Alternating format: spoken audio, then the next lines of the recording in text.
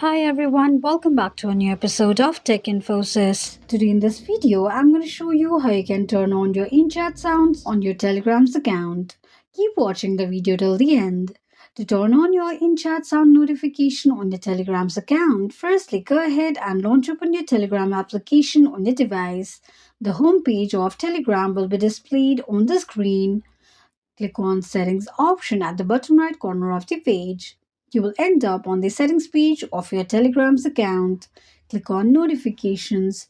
Now to turn on your in-chat sound notification on your Telegram's account, slide the slider of in-chat sounds to the right side to turn it on.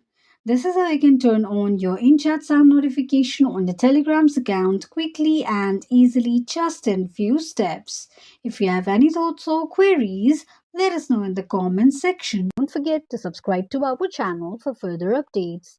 Also, press the notification bell icon so that YouTube will notify you whenever we post a new video. I hope this video was helpful to you. If it was, just go ahead and give us a thumbs up.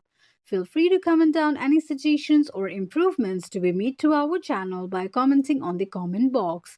We will be looking forward to upload more contents and tutorials on the upcoming video for your convenience. Thank you so much for watching.